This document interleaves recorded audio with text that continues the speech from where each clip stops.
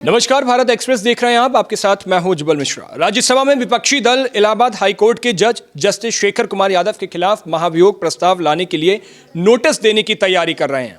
पिछले हफ्ते विश्व हिंदू परिषद द्वारा आयोजित एक कार्यक्रम में वो पहुंचे हुए थे और उन्होंने मुसलमानों के बारे में विवादास्पद और अपमानजनक टिप्पणी की थी। अब इसी को लेकर उनके खिलाफ महाभियोग प्रस्ताव लाने की तैयारी की जा रही है।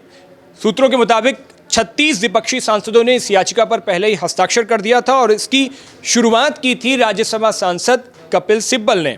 विपक्ष ज़्यादा से ज़्यादा हस्ताक्षर जुटाने की कोशिश कर रहा है और गुरुवार को भी इसकी कोशिश आगे बढ़ाई गई। राज्यसभा में अभी फिलहाल इंडिया ब्लॉक के 85 सांसद हैं।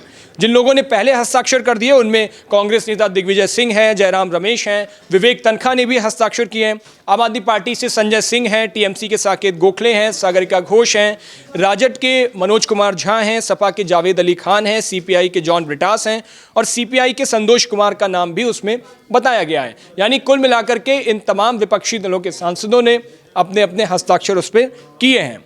आपको बता दें कि नोटिस में संविधान के अनुच्छेद 124(4) और अनुच्छेद 124(5) के साथ जज अधिनियम की धारा 3(1)(b) के तहत जस्टिस यादव के खिलाफ इस महाभियोग प्रस्ताव को लाने की तैयारी की गई है और इसकी कार्रवाई शुरू करने की मांग की गई है।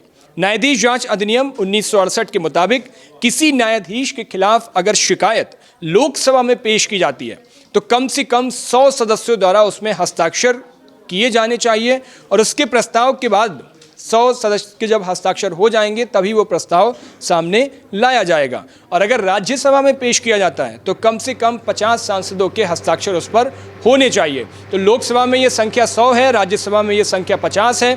तो इस हिसाब से महाभियोग प्रस्ताव लाने की तैयारी की जा रही है। हानि विपक्षी जो खेमा है पूरा, उसके सूत्रों के मुताबिक उन्होंने उस वीडियो को देखा है और जस्टिस यादव के उस विवादास्पद भाषण की वीडियो क्लिप उसको भी इस महाभियोग प्रस्ताव जो ला रहे हैं उसमें साथ में नोटिस के साथ चस्पा किया गया है।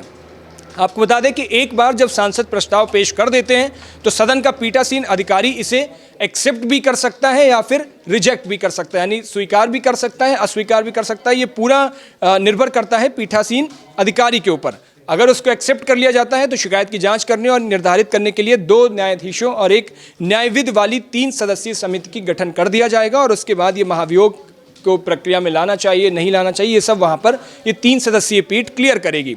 अगर शिकायत किसी हाईकोर्ट के जज के विरुद्ध है तो फिर समिति में सुप्रीम कोर्ट का एक जज बैठेगा, एक हाईकोर्ट का एक जज बैठेगा और अगर शिकायत किसी सुप्रीम कोर्ट के वर्तमान जज के खिलाफ है तो फिर समिति में सर्वोच्च न्यायालय यानी सुप्रीम कोर्ट के 2 वकील उसमें बैठते हैं।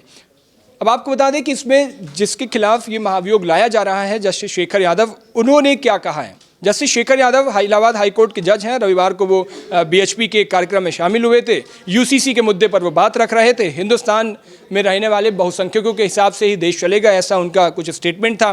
तो जस्टिस शेखर यादव का कहना था कि एक से ज़्यादा पत्नी रखने, 3 तलाक और हलाला के लिए कोई बहाना नहीं चाहेगा, ना ये प्रथाएं अब चलेंगी। अब जस्टिस यादव को इसी स्पीच को लेकर के उनका वीडियो वायरल किया जा रहा है और उस वायरल वीडियो के बाद अब विपक्ष उनके खिलाफ अविश्वास प्रस्ताव लाने की तैयारी कर रहा है। हालांकि आपको क्या लगता है, क्या वाकई विपक्ष को अविश्वास प्रस्ताव लाना चाहिए और क्या विपक्ष इसमें सफल हो पाएगा? अपनी राय हमें कमेंट बॉक्स में जरूर बताइएगा। देश और दुनिया की बाकी तमाम खबरों के लिए देखते रहिए भारत एक्सप्रेस।